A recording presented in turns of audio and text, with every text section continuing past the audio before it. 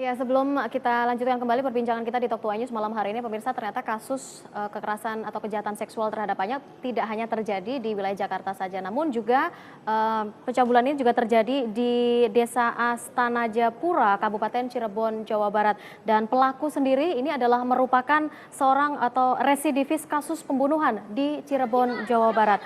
Tentu saja sejumlah korban yang masih anak-anak mengaku dicabuli setelah diiming-imingi oleh sang pelaku. Menurut korban, tersangka NS sempat mengajak korban untuk menonton film porno melalui telepon seluler milik pelaku. Dan berdasarkan dari catatan kepolisian, pemirsa, data korban pencabulan ini mencapai 18 anak. Rata-rata usia korban adalah 8 hingga 15 tahun.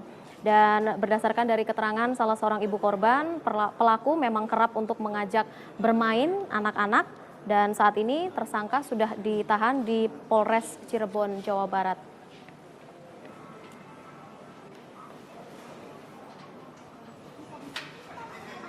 Antara umur 7 sampai 10 tahun. Ya, di antara 18 orang korban. Sampai saat ini 18, nggak tahu nanti perkembangannya bisa meningkat apa enggak, tergantung nanti pelaporan.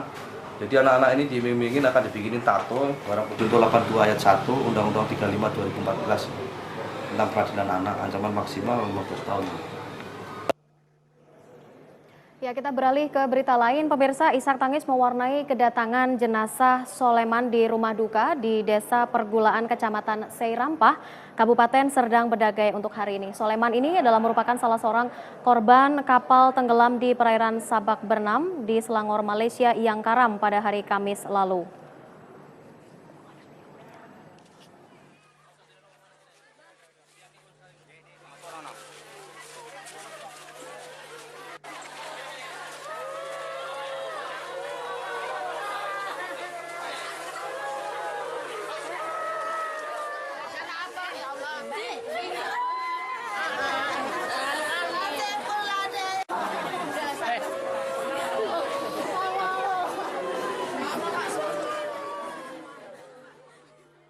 Ya, kita lanjutkan kembali, pemirsa, perbincangan kita malam hari ini di Talk 2 News terkait dengan stop kejahatan seksual terhadap anak. Itu yang mungkin harus kita garis bawahi. Mas Reza, saya langsung saja dua yang di-highlight oleh Ibu Maria terkait dengan kejahatan seksual anak. Tapi kalau Anda sendiri melihat angkanya cukup banyak begitu. Bahkan korban pun sampai dengan saat ini pemeriksaan belum selesai juga terus bertambah gitu. Mas Reza, Anda melihatnya? Lebih dari setahun lalu pemerintahan SBY mengeluarkan Inpres. Ya. Yaitu Inpres Gerakan Nasional Anti Kekerasan Seksual Terhadap Anak, sangat eksplisit. Salah satu poin di dalam GN Aksa adalah kewajiban bagi Kemenko Kesra, sekarang adalah Kemenko PMK, untuk memberikan laporan secara berkala paling sedikit 3 bulan sekali. Tentang evaluasi, tentang langkah-langkah yang akan bisa dilakukan untuk menekan kasus kekerasan seksual terhadap anak. Ya. Masa berganti dari SBY ke Jokowi. Salah satu butir nawacita eksplisit mengatakan perlindungan terhadap anak. Dua presiden mengutarakan kegelisahan yang sama. Tapi hari ini kita lagi-lagi digemparkan pada kejadian bahwa sekian belas anak sudah menjadi korban predator. Ya. Sampai di situ yang ingin saya katakan adalah kita harus elus dada gitu ya. Kita harus sangat-sangat menaruh keprihatinan. Tapi lain sisi barangkali benar bahwa kita bisa memberikan apresiasi kepada teman-teman di kepolisian. Kenapa? Ketika kita melihat angka kejahatan seksual terhadap anak meningkat besar-besaran, ini bukan berarti serta-merta bahwa hukum kita sudah gagal melindungi anak-anak. Ya. Justru bisa jadi ini merupakan indikasi nyata bahwa early warning system, sistem peringatan dini termasuk yang dilakukan oleh teman-teman kepolisian itu jadi lebih tajam. Radar mereka itu berkembang atau melebar kemana-mana. Dan relasi dengan masyarakat lebih baik. Itu sebabnya begitu ada kejadian mereka segera melapor ke polisi sehingga angka statistiknya masuk akal, menjadi tinggi. Betapapun demikian, kita kan tidak akan menaruh harapan bahwa orang ini akan dihakimi di tengah jalan kan. Kendati dalam hati saya ingin orang ini semacam ini dihukum mati. Tapi karena kita negara hukum, maka pada akhirnya yang berbicara nanti adalah proses pembuktian. Tadi Pak Kapolsek sudah berulang kali mengutarakan bahwa tersangka sudah diperiksa, korban juga sudah diperiksa dan seterusnya. Pertanyaannya, diperiksanya seperti apa? Masih ingat beberapa bulan silam, mulut kita berbusa-busa, masyarakat gelisah luar biasa karena ada sekian anak yang konon sudah menjadi korban kekerasan seksual di sebuah sekolah. Tapi proses hukum ternyata tidak terbukti. Kita kecewa luar biasa. Bahkan pelakunya bebas.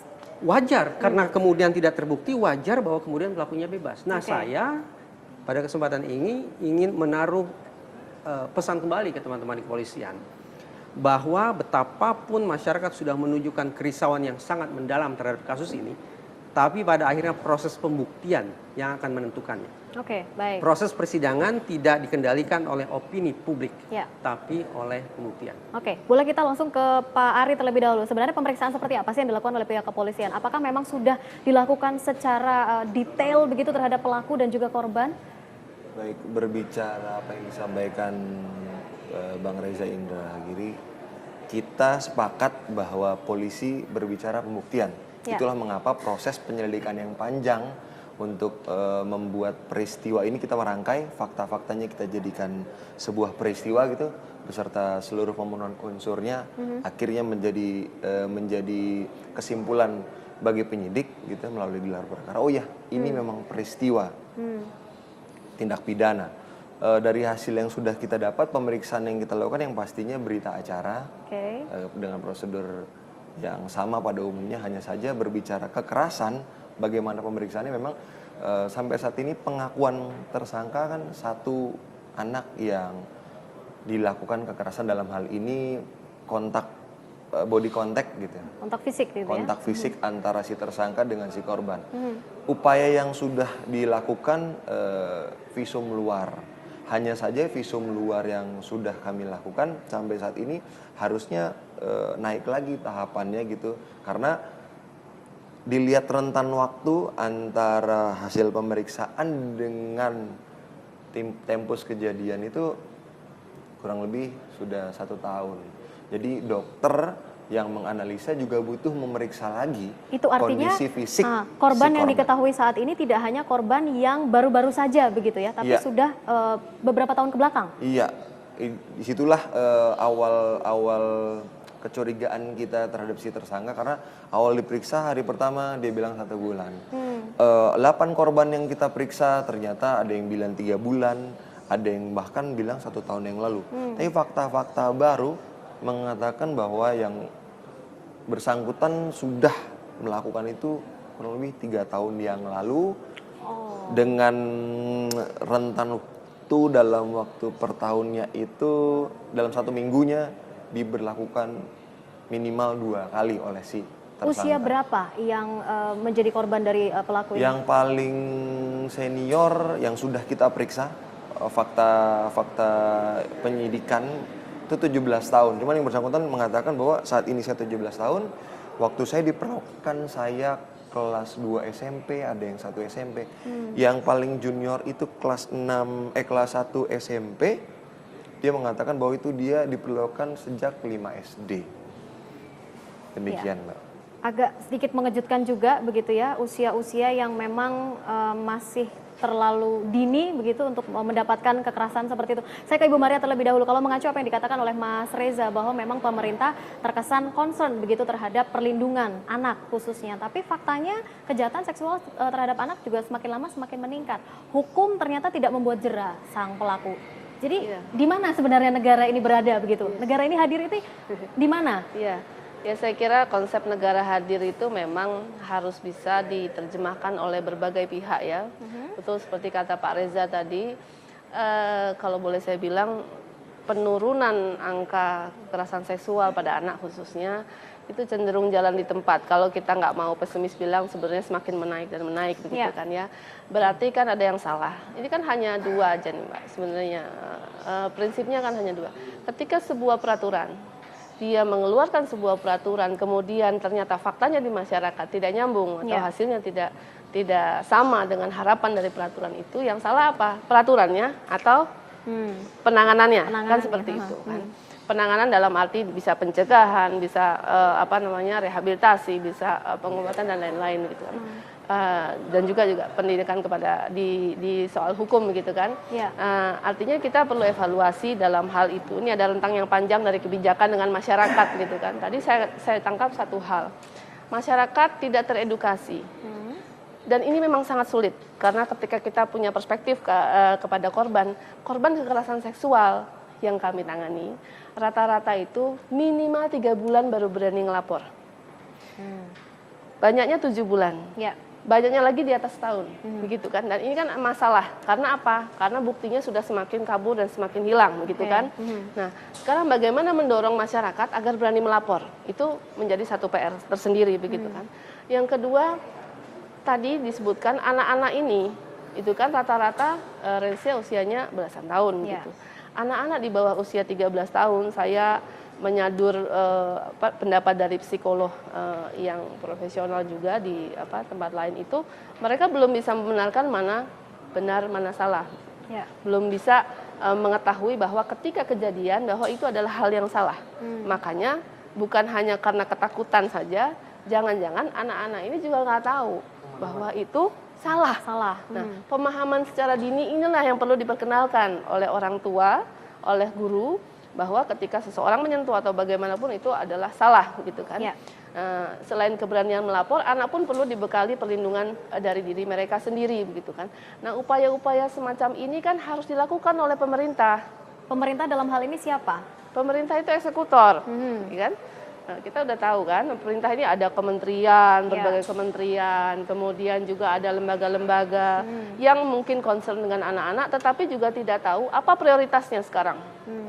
Kalau di Korea Selatan dulu, ini hanya satu contoh aja, ketika mereka prioritas mobil ekspor, semua industri itu dia prioritaskan bagaimana bisa mengekspor mobil, sehingga sekarang kita melihat mobil Korea di mana-mana. Nah, pemerintah kita tidak punya prioritas yang tajam, gitu. Keluarkan impres, kita senang sekali, hanya karena impres ini satu-satunya alat instrumen yang bisa sampai ke bawah cepat. Oke, impres. baik. Ya. Kita berharap dengan impres ini cepat, gitu kan. Oke, Mbak Tetapi Maria, kemudian penerjemahan impres ini kan menjadi kabur ketika sampai di bawah. Baik, kalau Gitu. saya ingin tahu data dari KPAI sendiri terkait dengan kejahatan seksual terhadap anak, berapa angka di tahun 2015 sementara ini? Ya, sebetulnya kalau kami kan mendapatkan angka itu dari kasus, kemudian dari pemantauan, gitu kan, yang jumlahnya dari tahun ke tahun semakin meningkat. Kecenderungannya, kalau boleh saya katakan, sekitar 26%. Itu kan artinya hampir setiap satu hari itu ada 3 korban, gitu kan. Satu hari 3 korban? Iya, satu hari 3 korban. Itu kalau dipukul rata ya. Sebetulnya kan ini kalau mau dibilang darurat, ya sebetulnya sudah lewat dari darurat, begitu ya. Tetapi kemudian apa prioritas kita di dalam menurunkan angka kekerasan seksual pada anak ini? Baik. Itu harus disepakati bukan hanya dari tingkat kebijakan, tapi juga dari tingkat implementasi. Contoh di Polsek Kelapa Gading, kalau disepakati bahwa memang edukasi kepada masyarakat untuk pembuktian itu penting, maka prioritasnya adalah bagaimana anak korban ataupun orang tua korban berani melapor secepatnya, sehingga tidak menjadi kendala bagi polisi untuk mengumpulkan alat bukti, gitu kan. Nah, ini diedukasi terus masyarakat, gitu kan.